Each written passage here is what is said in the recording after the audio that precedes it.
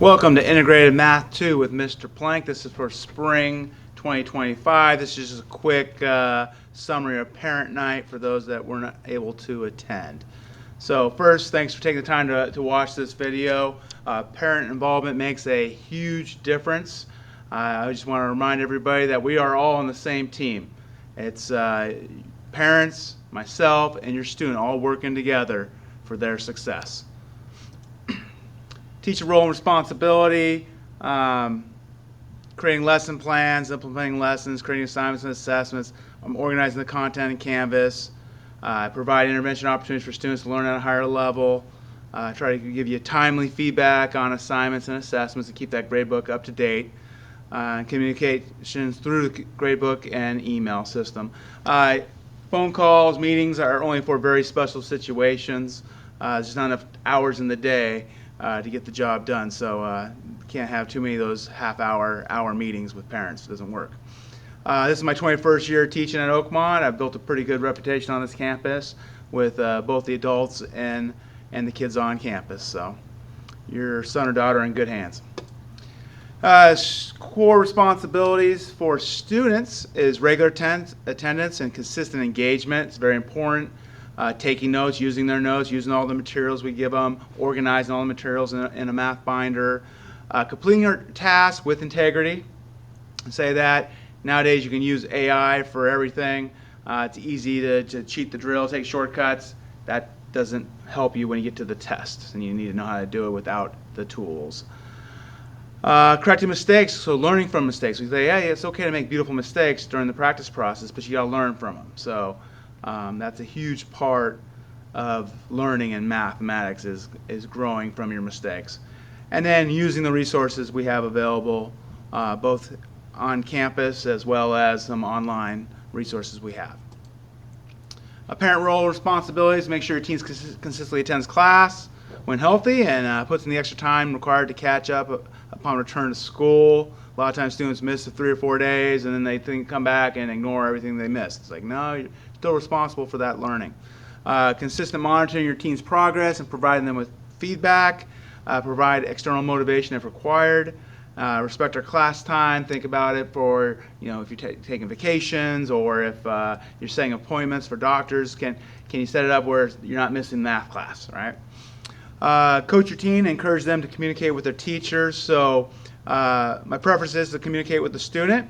If you would like to be in on that communication, I welcome it. The best way is to have your students send the email to me and you're copied on it, and then I will reply to all. That's the way we are all on the same page. Okay, how are they going to be assessed in IM2? This is for all of Oakmont. 80% on assessments. And these are broken down. Sometimes teachers break down summative and formative, but it's assessments. And I have my formative are built in on that 80% category, just like everybody else. So it's 80% assessment, 20% is engagement and assignments. And so when you look at the grade book, I want to give you a warning. The grade book moves slowly but swiftly on the block schedule.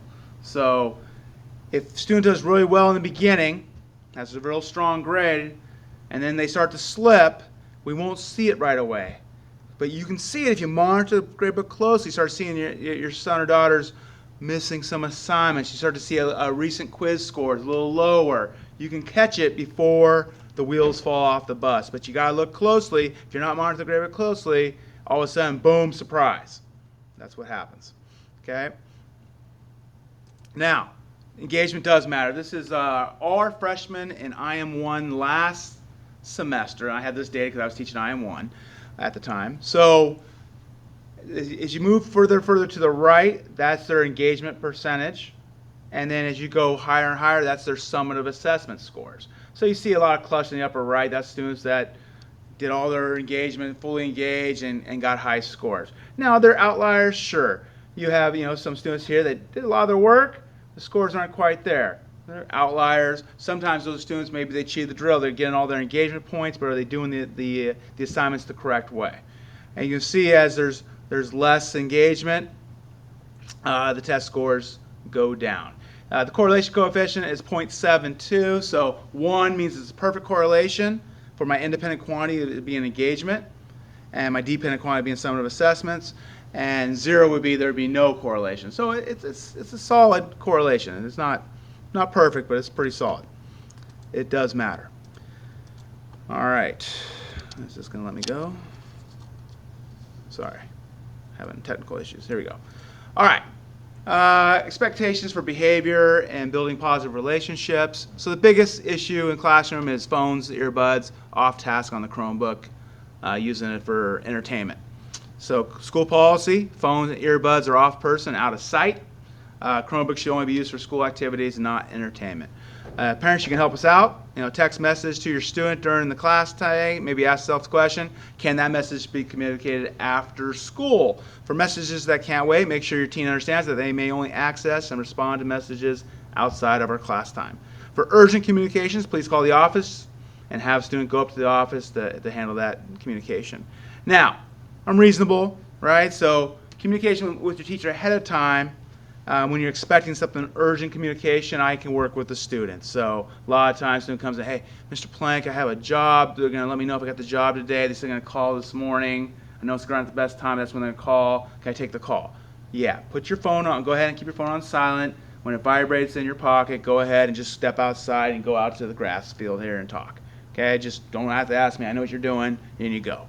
That's a major difference than all of a sudden in the middle class, surprise, hey, Mr. Plank, I got to take this phone call. I got to take this phone call. What? No. You're not taking a phone call in the middle of the class. So communication up front, it makes a world of difference. All right, so resources in the class. First off, we don't have a traditional textbook. We use open up resources, and we've set which lessons we would like to use from that resource. And we use those in the classroom. I use a lot of Pear Deck, where I have different slides that students can access, and they can draw on them, write the problems down, or I'll have multiple choice, or I'll have just type in your answer, that type of stuff. So I can get instant feedback from the class, check for understanding as we're going through a lesson. We use Canvas now. Most of our teachers now are on Canvas. A few people still left on Google Classroom, but that's the new Google Classroom for our district is Canvas. So my Canvas is real basic. It's like a web page, right? So here's the copy of the front page. Key thing is class summaries and assignments. You click there. There's 2 Google documents. And if you want access, you can access it, right? One gives you all the assignments, and the other one gives you the class summaries, the slides, materials from every class session, okay?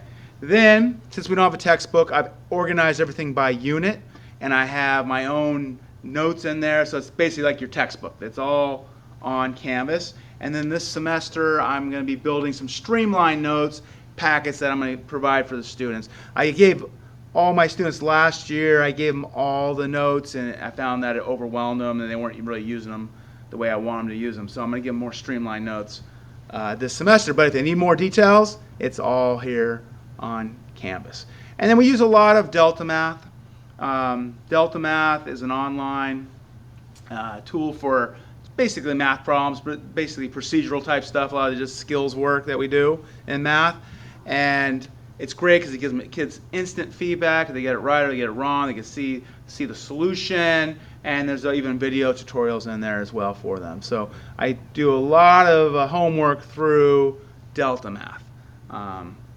Just because they can get that feedback. And also if they're late, they can still get value. If they do that 5 days late, guess what? They still get the value of actually completing that assignment because they get the feedback as they go through it.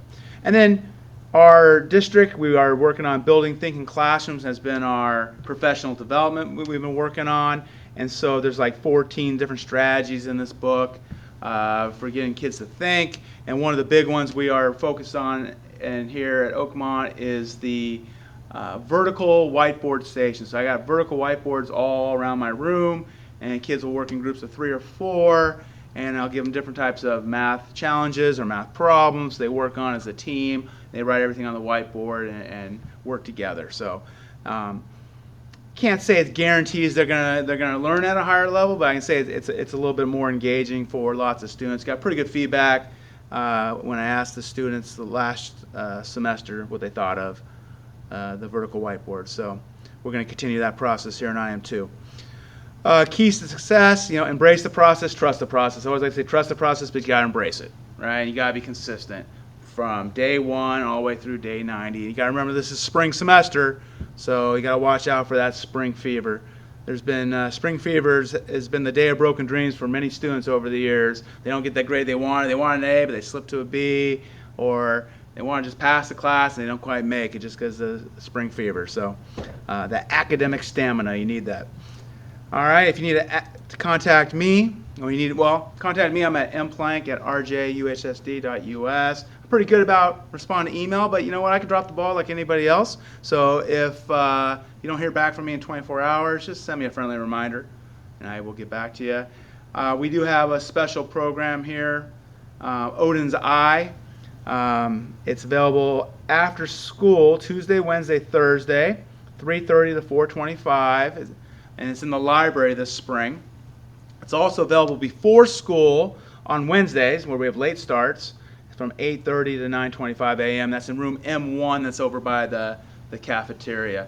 And the people running it, their emails are here, so if you ever want to check, trust but verify, if your son or daughter actually went to the after-school program, you can check in with them. They keep attendance and all that good stuff. So it's another place for them to go. I usually recommend to my students, hey, you can check in with me, let me know you're going to go, and I can help, especially if they've fallen way behind, I can help kind of let me coach you on what I want you to work on each day. And then I know that they went. Next day I can kind of follow up with them in classroom. Hey, what you get done yesterday? Let me take a look at that and work with them that way.